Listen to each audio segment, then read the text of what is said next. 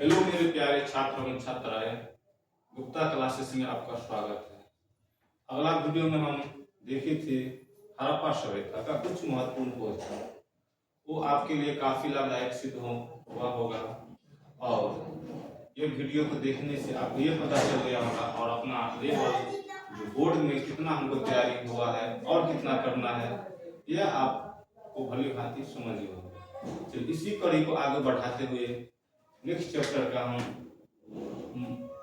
मौर्य वंश का कुछ महत्वपूर्ण क्वेश्चन देखते हैं। ये क्वेश्चन आपका बोर्ड के लिए तो है ही, परंतु अदर कॉम्पिटिटिव एग्जाम के लिए भी काफी लाभदायक सिद्ध होगा। चलिए इसी कड़ी को आगे बढ़ाते हुए हम अपना जर्नी को आगे को ले जा रहे हैं। मौर्य वंश का कुछ क्वेश्चन, इंपोर्टेंट क्वेश्चन। चलिए आपका पहला क्वेश्चन आ गया, सुदर्शन झील के जीर्णोद्धार करने वाले शक राजा रुद्रदामन का काल क्या था? रुद्रदामन का क्या काल था? मतलब ये कहना चाह रहा है उसका समय पीरियड क्या था, उसका समय पीरियड। ऐसे उसका समय पीरियड हम देखेंगे तो दूसरी शताब्दी। तो इस क्वेश्चन से पहले उसका हम ये देखेंगे कि सुदर्शन झील का निर्माण कौन कराया गया था और वो कहाँ पे है। ठीक है, सुदर्शन झील आपका मौर्य वंश का शासक, मौर्य वंश का शासक चंद्रगुप्त मौर्य, चंद्रगुप्त मौर्य के द्वारा गुजरात का गिरनार, कहाँ का? गुजरात का गिरनार के राज्यपाल के द्वारा ये सुदर्शन झील बनाया गया था और उसको समय पे उसको मरम्मत किया गया। तो सुदर्शन झील का मरम्मत एक किया था रुद्रदामन, किया था अशोक भी किया गया। अशोक के द्वारा भी, अशोक के द्वारा भी सुदर्शन झील का निर्माण कराया गया। उसका एग्जैक्ट हम समय पीरियड देखेंगे जो शक राजाओं द्वारा किया गया था। ये आपका 150 से 170 ईस्वी, तो 150 से 170 ईस्वी है, उसको हम द्वितीय शताब्दी हम बोल सकते हैं। चलिए अगला क्वेश्चन हम देख रहे हैं, क्वेश्चन नंबर 2। क्वेश्चन ये कह रहा है 5वीं सदी के मंदसौर अभिलेख इसमें रेशम के बुनकरों की एक श्रेणी का वर्णन किया गया। इसका रेशम के बुनकरों की श्रेणी का वर्णन किया। ये मंदसौर अभिलेख कहाँ पे मिलता है? ये मंदसौर अभिलेख आपका मध्य प्रदेश में मिलता है। कहाँ पे मिलता है? तो मध्य प्रदेश में मिलता है मंदसौर अभिलेख। चलिए अगला क्वेश्चन हम देख रहे हैं, क्वेश्चन नंबर 2। हरिसेन जो एक उसको कवि बोल सकते हैं, के द्वारा प्रयाग प्रशस्ति अभिलेख में किस शासक का प्रशंसा किया गया है? देखिए हरिसेन थे ना, हरिसेन ये समुद्रगुप्त के दरबार में रहते थे। किसके दरबार में? समुद्रगुप्त के दरबार में रहते थे। तो अब तो पता चल गया ये समुद्रगुप्त के दरबार में होंगे तो प्रशस्ति, प्रयाग प्रशस्ति अभिलेख में समुद्रगुप्त की चर्चा किए होंगे। ठीक है, तो इतना ही तक नहीं, आपका जो ये प्रयाग प्रशस्ति अभिलेख है इसमें तीन राजा का चर्चा मिलता है। ठीक है, समय समय पर वो अपना विस्तार करता गया। प्रयाग प्रशस्ति अभिलेख में पहला उसको आपको मिलेगा, उसमें चंद्रगुप्त मौर्य का। किसका मिलेगा? चंद्रगुप्त मौर्य का, जो मौर्य वंश के संस्थापक हम कहे जाते हैं। उस पर से एक मिलेगा आपको समुद्रगुप्त का चर्चा, इसमें समुद्रगुप्त का चर्चा मिलेगा। और एक मिलेगा जो मुगल वंश का एक राजा थे जहांगीर, उसमें आपका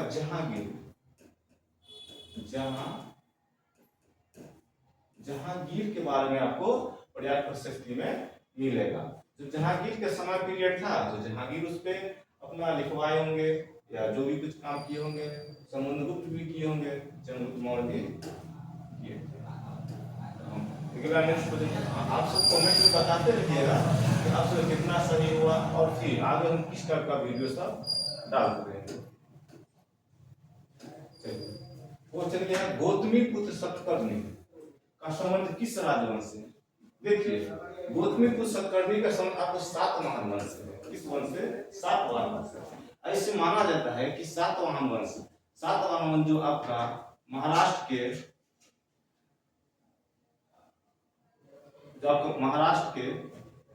क्या बोल सकते हैं का प्रतिष्ठान के क्षेत्र में ये आप सातवाहन वंश का उदय हुआ था। यह एक पहले कबीला में था। कैसे थे? कबीला के देश में था। फिर ये धीरे धीरे एक सम्राट का निर्माण करते हैं, और इसमें गौतमी पुत्र सतकर्णी है आपका सबसे प्रतापी शासक बनेगा सातवाहन वंश का। सबसे प्रतापी वंश इसका बनेगा सातवाहन वंश का। इसका एक ये भी कहा जाता है, जो राजा सब के नाम पर होता था ना, तो उसमें अपना माता का नाम जोड़ लिया जाता था। जैसे उसका नाम है सतकर्णी, लेकिन उनके माता जी का नाम है गौतमी। उनके माता जी का नाम है गौतमी माता जी का नाम है, तो गौतमी जोड़ दिया। गौतमी पुत्र मतलब गौतमी का पुत्र था कौन? सतकर्णी। समझिए ना, इसका संबंध आपको हो जाएगा सातवाहन वंश का। ये आपको कहाँ था? ये आपको था महाराष्ट्र के प्रतिष्ठान क्षेत्र में। ठीक है, चलिए अगला क्वेश्चन हम देखते हैं। तमिल संगम साहित्य में बेल्लार किसे कहा गया है?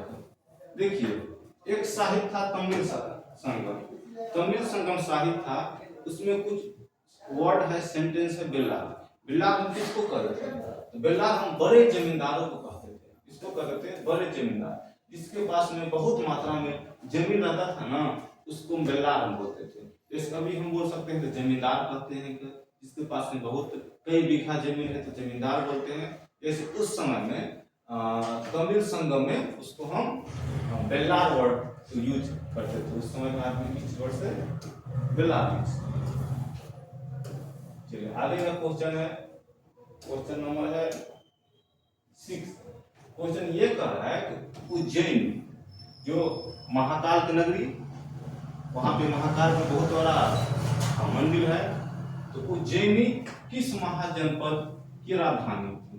देखिए हम जनपद के उस काल में जनपद की संख्या 16 था।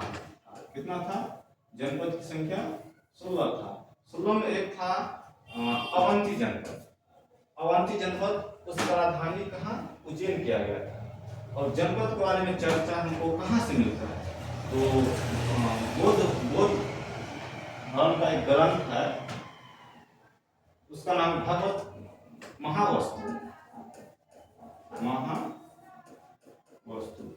महावस्तु में हमको यह है तुमको बौद्ध धर्म का। इस धर्म का है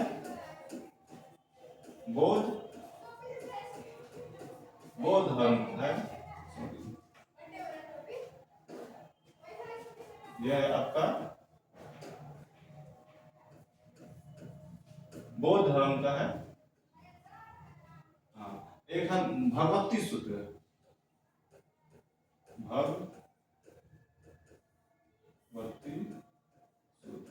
ये आपका जैन धर्म का ग्रंथ है।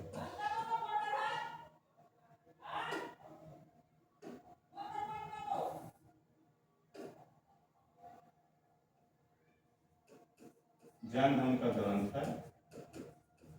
इसमें आपको महाजनपद के बारे में बताया गया है, और प्राचीन काल में जनपद की संख्या 16 थी। आगे जाके हम जनपद की संख्या भी हमको मिलेगा, हम देख लेंगे। क्वेश्चन संख्या है आपका 7। क्वेश्चन में यह कहा गया है कि कुषाण शासक अपने नाम के आगे कौन सा उपाधि लगाते थे? देखिए आपको कुषाण, जो कुषाण वंश थे ना, उसका संस्थापक कड़फिसिस, इसको हम मानते हैं, उसका संस्थापक आपको हम कुजुर कड़फिसिस,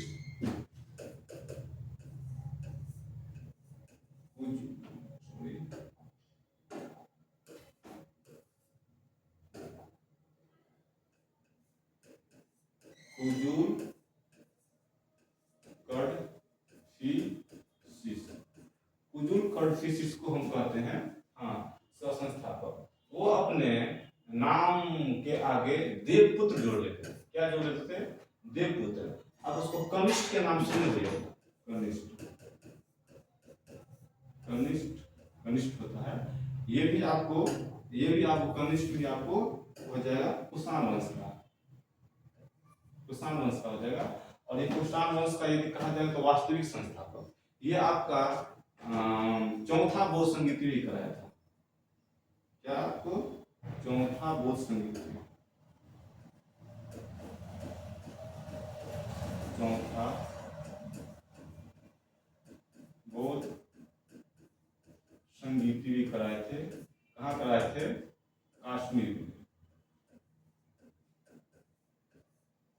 कश्मीर में चौथा बोध संगीति कराए थे। इसका सही उत्तर हो जाएगा देवपुत्र। क्वेश्चन नंबर हम देखते हैं आगे 8 नंबर। देखिए इसका तो हम पहले चर्चा कर दिए। कहा गया है कि बौद्ध और जैन ग्रंथ में महाजनपद की संख्या कितनी है? कितनी थी? 6 थी। बौद्ध धर्म आपको बोले थे महावस्तु,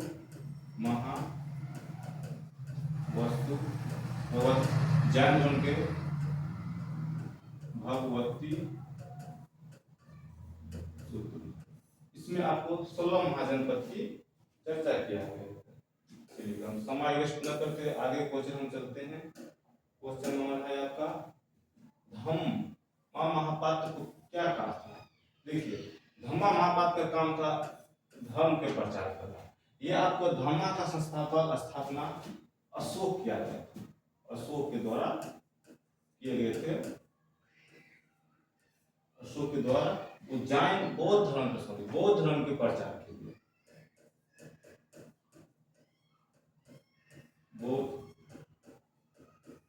बौद्ध धर्म के प्रचार के लिए धम्मा महापात्र का वो एक पद सृजन किए। अगला क्वेश्चन है, क्वेश्चन यह है फाहियान कौन थे? फाहियान, देखिए फाहियान चीन से आए हुए थे। कहाँ से आए हुए थे? चीन से आए हुए थे। चीन से आए हुए थे तो चीनी तीर्थयात्री हो जाएंगे। वो आए हुए थे भारत घूमने के लिए। फिर वो भारत में कुछ समय भी रहे। फिर भारत में वहाँ का सारा कुछ ग्रहण किए। क्या क्या वहाँ का सामाजिक सारा कुछ मतलब कि भारत में आकर के ग्रहण किए थे। तो हो जाएगा चीन के तीर्थयात्री। चलिए अगला क्वेश्चन हो गया आपका कौटिल्य। कौटिल्य किस ग्रंथ की रचना किया गया है? इसको थोड़ा बोर्ड लोड लेने में टाइम लग जाता है का। कौटिल्य आपका अर्थशास्त्र पुस्तक थे, समझे? इसका रचना किया गया। कौटिल्य आपको किसके दरबार में रहते थे? कौटिल्य मौर्य वंश,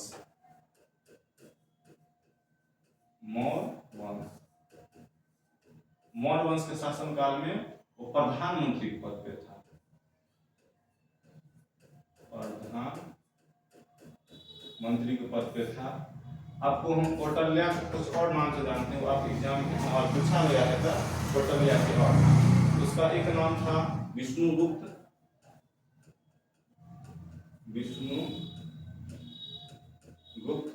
एक था कौटिल्य, एक था कौटिल्य। चलिए अगला क्वेश्चन,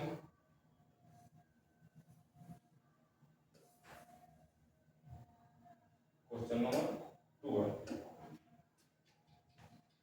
कादम्बरी का लेखक कौन था? देखिए कादम्बरी बुक का नाम है, उसका लेखक था बाणभट्ट। कौन था? बाणभट्ट। कादम्बरी का लेखक कौन था? बाणभट्ट। चलिए क्वेश्चन नंबर 30 यहाँ देखिए, फिर ये क्वेश्चन रिपीटेड हो गया है। क्वेश्चन है किस ग्रंथ में 16 महाजनपद का उल्लेख किया गया था? वो आपको हम पहले बता दिए थे। देखिए, जो बौद्ध धर्म का दो ग्रंथ था, एक था अंगुत्तर निकाय, एक था महावस्तु। एक था महावस्तु, ये था आपका बौद्ध धर्म का, और जैन धर्म का था भगवती सूत्र। तो इस दोनों हो जाएगा, इसमें ऑप्शन नंबर सी है, ए बी दोनों। नेक्स्ट क्वेश्चन नंबर 40, कौशल महाजनपद किस नदी के किनारे स्थित था? देखिए, कौशल महाजनपद आपको किस नदी के किनारे स्थित होगा? समझिए ना, ये हो गया आपको सरयू नदी के किनारे। किस नदी किनारे? सरयू नदी किनारे। आपको बताए गए थे 16 महाजनपद। 16 महाजनपद में एक कौशल महाजनपद, उनका राजधानी श्रीवस्ती थी। कहाँ राजधानी थे? कौशल का राजधानी आपको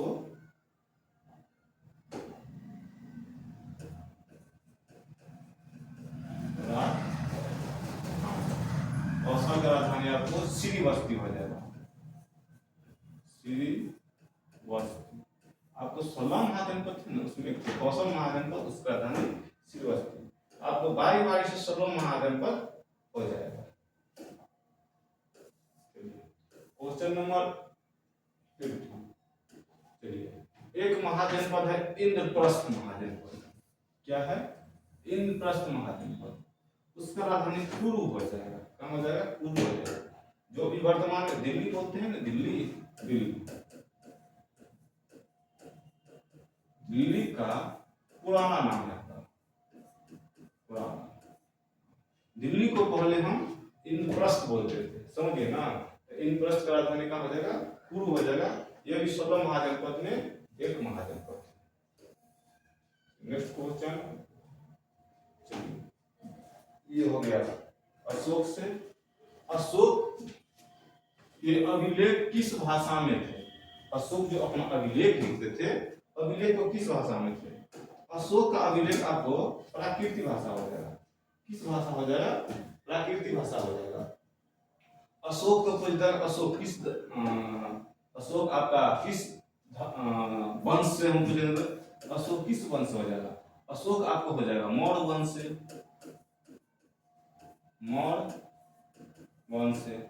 मौर्य वंश का संस्थापक किसको बोलेंगे? संस्थापक, मौर्य वंश का संस्थापक चंद्रगुप्त मौर्य को बोलेंगे चंद्रगुप्त मौर्य को बोलेंगे। हाँ, तो आप चंद्रगुप्त मौर्य को बोलेंगे। चंद्रगुप्त मौर्य, हाँ, उसका पुत्र होंगे बिंदुसार, बिंदुसार के पुत्र होंगे अशोक।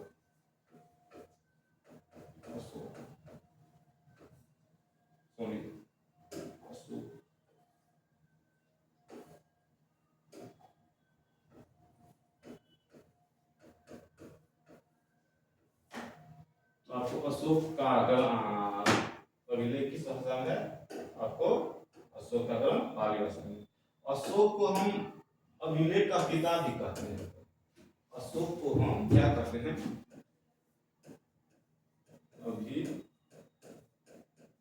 अभिलेख का पिता भी कहते हैं, क्योंकि अशोक अपना समय में बहुत सारा अभिलेख लिखवाए गए थे। बहुत सारा क्या अभिलेख लिखवाए थे, इसलिए हम अशोक को ना अभिलेख का पिता भी हम कहते हैं। चलिए आगे क्वेश्चन देखते हैं।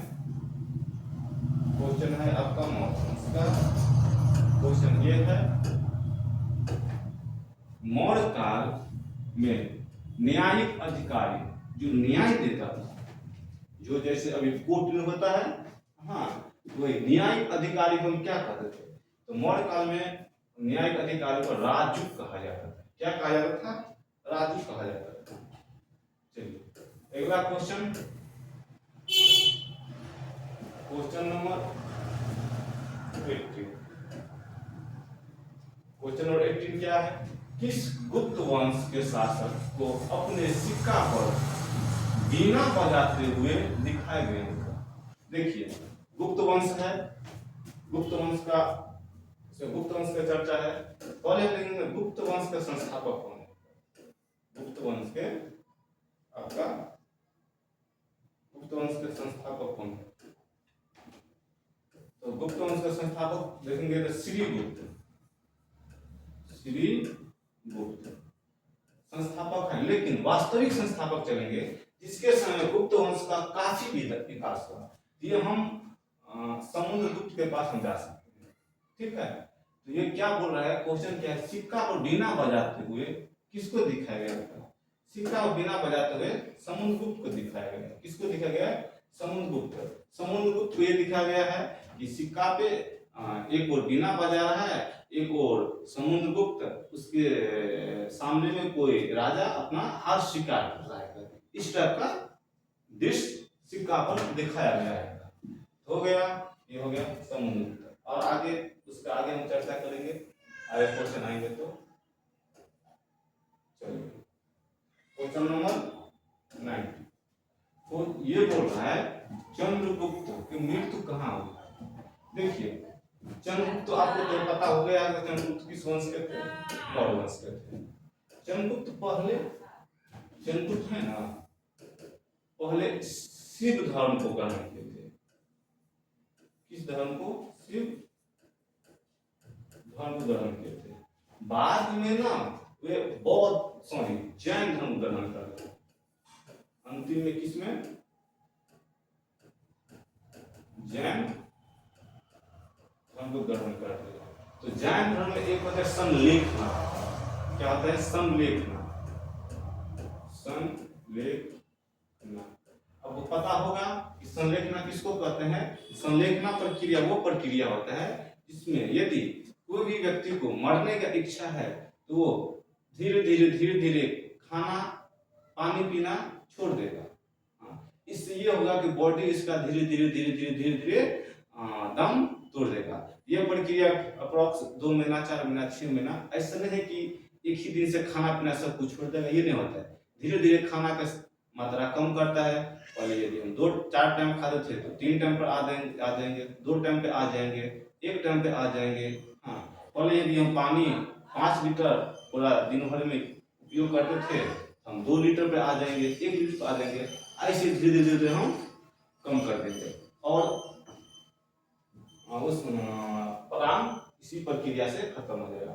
इस संलेखना विधि से चंद्रगुप्त मौर्य का मृत्यु हुआ था। ये आपका श्रीवन बेलकोला में, कहाँ है? श्रीवन बेलकोला, वो भी वर्तमान देंगे कर्नाटक में मिलेगा। ठीक है। तो हम अगला क्वेश्चन देखते हैं। Question number 20। चलिए, क्या किस शासक को प्रियदर्शी कहा गया? देखिए, किस शासक को प्रियदर्शी हम बोलेंगे तो ये आपका मौर्य वंश का शासक हो जाएगा अशोक। कौन हो जाएगा? अशोक बहुत सारा अभिलेख शिलालेख ये से लिखा है, तो उसमें बहुत अभिलेख में उसका अलग अलग नामों से जाना गया है। ठीक है ना? कोई अभिलेख में प्रियदर्शी अशोक, प्रियदर्शी इस प्रकार से उसका वर्णन किया गया है। तो हम प्रियदर्शी किसको? अशोक को हम मारेंगे। चलिए नेक्स्ट क्वेश्चन। क्वेश्चन ये है आपका, महाभाष्य के लेखक कौन है? महाभाष्य के लेखक आपको हो जाएगा पतंजलि। और हो जाएगा पतंजलि। देखिए, पतंजलि आपका जो अभी बाबा रामदेव वाला पतंजलि जानते हैं, वो पतंजलि नहीं है। उस समय पतंजलि एक बहुत बड़ा, हम उसको क्या बोलते हैं, लेखक बोल सकते हैं या आप कवि बोल सकते हैं, इस टाइप बोल सकते हैं। तो कई ग्रंथ की रचना किया गया था। आप सब कंफ्यूज मत होइएगा कि बाबा रामदेव वाला पतंजलि हो रहा है, ऐसी बात नहीं है। ये अलग पतंजलि था, वो महाभाष्य की रचना किया गया। आगे क्वेश्चन देखते हैं। देखिए, ये क्वेश्चन पहला क्वेश्चन आज का क्लास का यही क्वेश्चन था, और फिर उसको घूम फिर करके क्या है? पर्याप्त प्रशस्ति अभिलेख किस गुप्त शासक से है?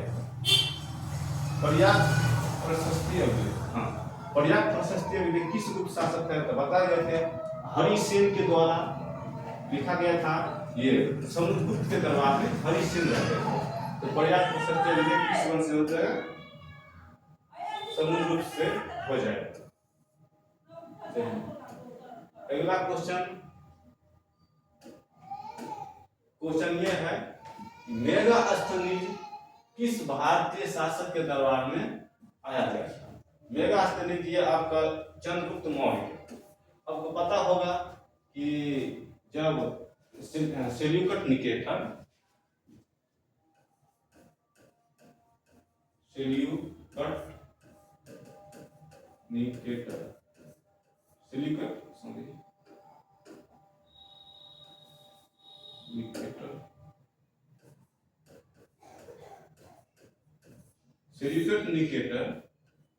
और चंद्रगुप्त मौर्य के बीच युद्ध होता है। इसमें सेल्यूकट निकेटर हार जाते हैं। तो अपना पुत्री हेलेना, कौन है?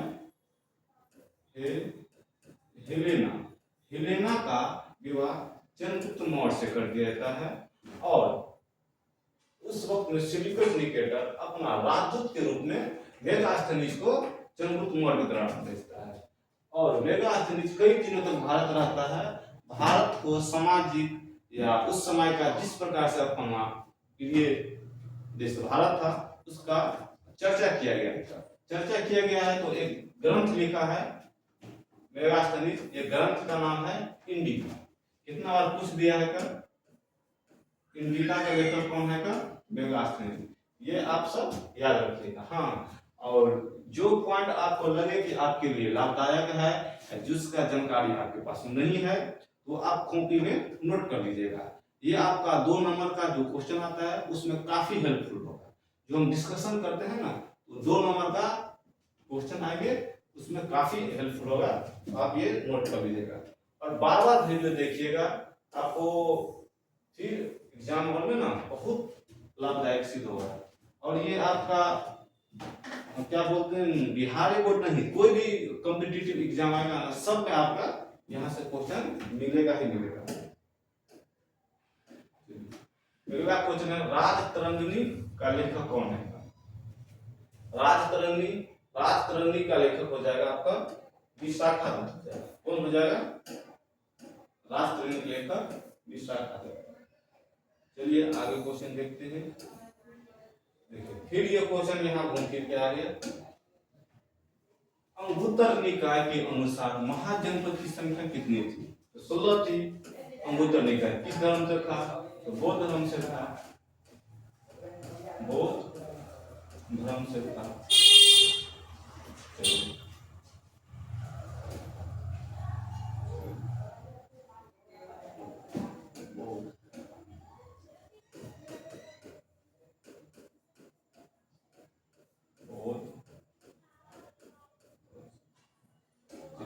आगे क्वेश्चन नंबर 26।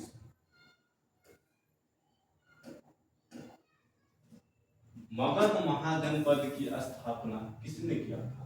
मगध महाजनपद की स्थापना बिंबिसार किया था।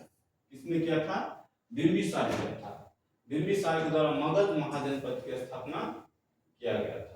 बिंबिसार के पुत्र हो जाएंगे अजातशत्रु के पुत्र हो जाएंगे उदयदीन। वही पाटलिपुत्र की स्थापना किया था।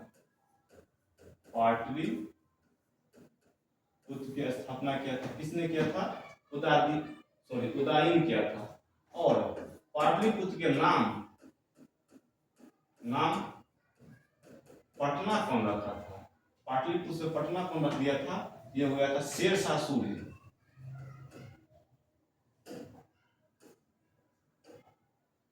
ये शेर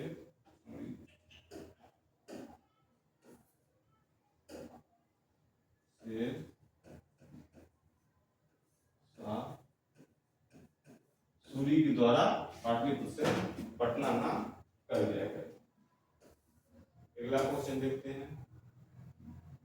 क्वेश्चन है, चंद्रगुप्त मौर्य जो मौर्य वंश का संस्थापक था, घनानंद से युद्ध करके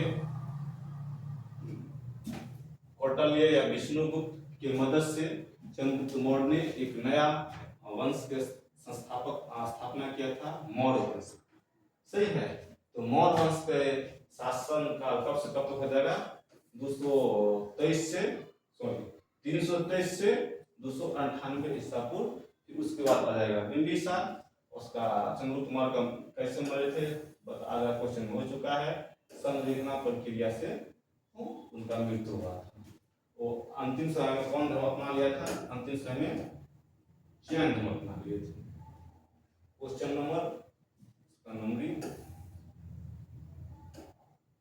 चलिए जो नंबर है अपने को नंबर से क्या मतलब है?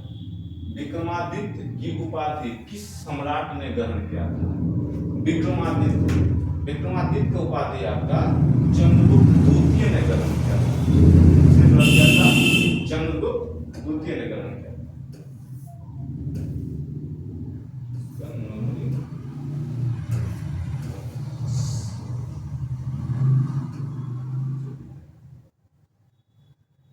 यही क्वेश्चन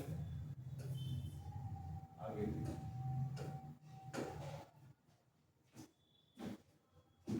क्षमेंद्र की रचना कौन सी है? क्षमेंद्र, देखिए क्षमेंद्र कवि थे। क्षमेंद्र कौन थे? क्षमेंद्र कवि थे। वो कोई ग्रंथ का रचना किया है, ग्रंथ के नाम पूछ रहा है। तो ग्रंथ की रचना, उस ग्रंथ का नाम है गिरिदत्त मंजरी। क्या नाम है? गिरिदत्त मंजरी। इसके द्वारा और कई ग्रंथ की रचना किया गया था। जैसे एक था राजमंजरी, उसका और ग्रंथ है, एक है राजमंजरी, एक है भारत मंजरी, और एक है गिरिदत्त मंजरी। ठीक है। तो ये सब रचना की गई मंजरी, सॉरी, ये मंजरी न होकर के मंजरी हो जाएंगे यहाँ पे जो जी। चलिए नेक्स्ट क्वेश्चन। ये क्वेश्चन तो समझा दिए थे। क्वेश्चन है 31 नंबर। क्वेश्चन क्या है? इंडिका किसकी रचना की है? जो इंडिका मेगास्थनीज जो आपके चंद्रगुप्त मौर्य के दरबार में आए थे, सिलिपेट निकेटर के राजदूत बन के। अगला क्वेश्चन,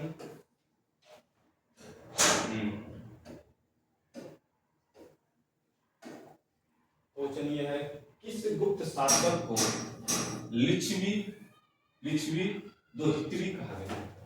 देखिए ये हो जाएगा आपका समुद्रगुप्त। उसको और हम थोड़ा देखते हैं, आखिर क्यों कहा गया, आखिर कहा क्यों गया?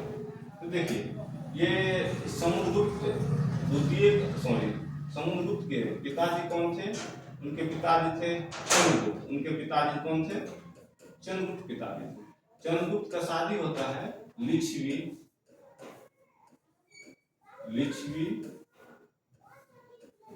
के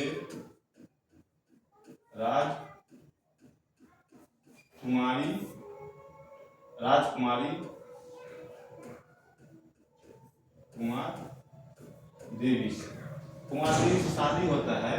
तो समुद्रगुप्त उनके पुत्र हुए हैं। समुद्रगुप्त कौन हो गया है? समुद्रगुप्त उनके पुत्र हुए। किनके पुत्र हो गए हैं? क्या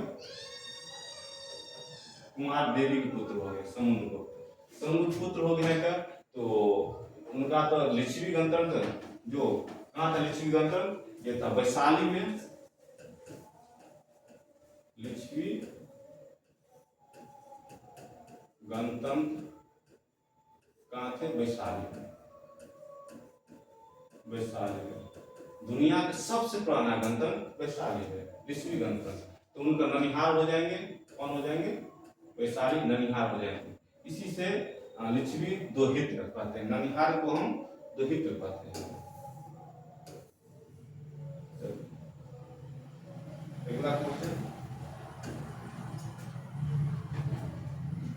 काल में हस्त सेना के प्रधान को क्या कहते थे?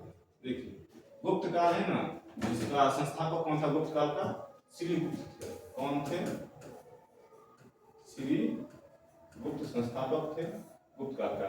इसमें हस्त सेना को हम महापीलुपति कहते थे। क्या कहते थे? महापीलुपति कहते थे। तो हम कंफर्म हो जाते हैं क्या? महापीलुपति कहते थे।